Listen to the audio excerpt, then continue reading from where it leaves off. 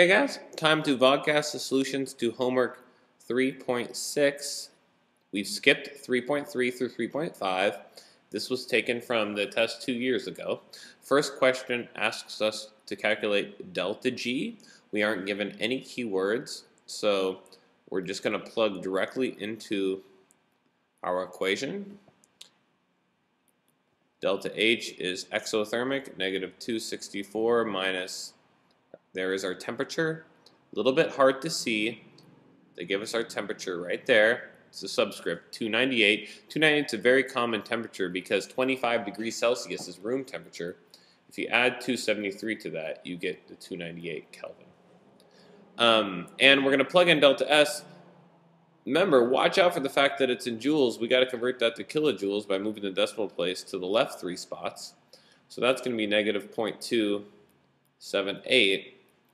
And we're going to get the answer. Let me go through actually and find that answer. I do have it right here. It's going to be negative 181 kilojoules per mole.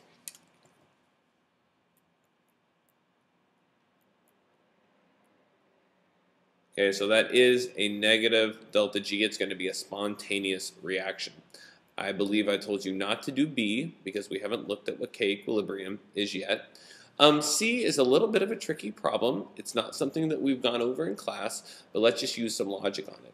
It says calculate the standard enthalpy change delta S, delta H, that occurs when 0.256 moles of NF3 is formed.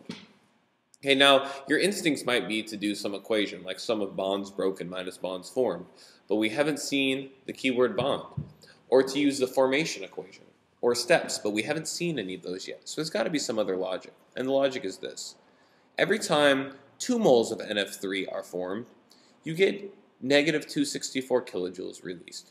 Well, they're asking about 0.256 moles, so we can set up a proportion. 0.256 moles of NF3, 2 moles of NF3 is going to release negative 264 kilojoules. And we can get our answer this way.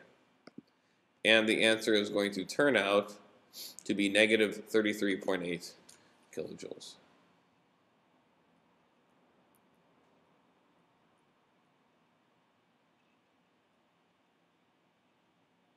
There it is, right there.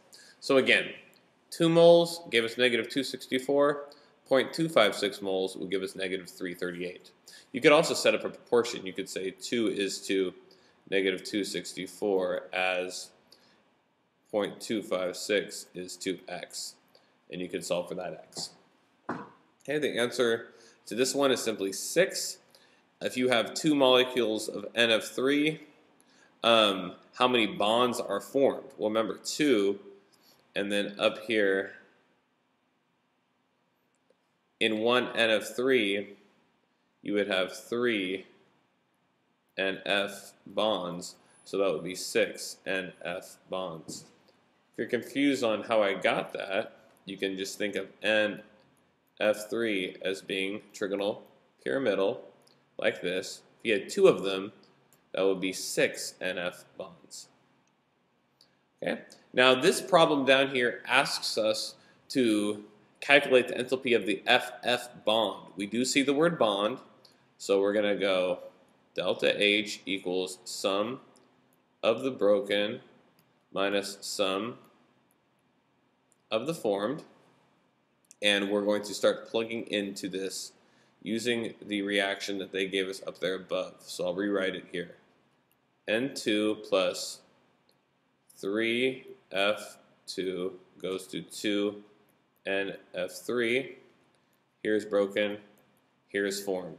They gave us the overall delta H, which was negative 264. So negative 264 is equal to the sum of broken. So 1 N2 is broken, and there's the N2. Plus 3F2, and that's what we're looking for. That's going to be our x, minus 2 times 3 NF, which is 272. You isolate X, and you get the FF bond is going to be equal to 141 kilojoules per mole.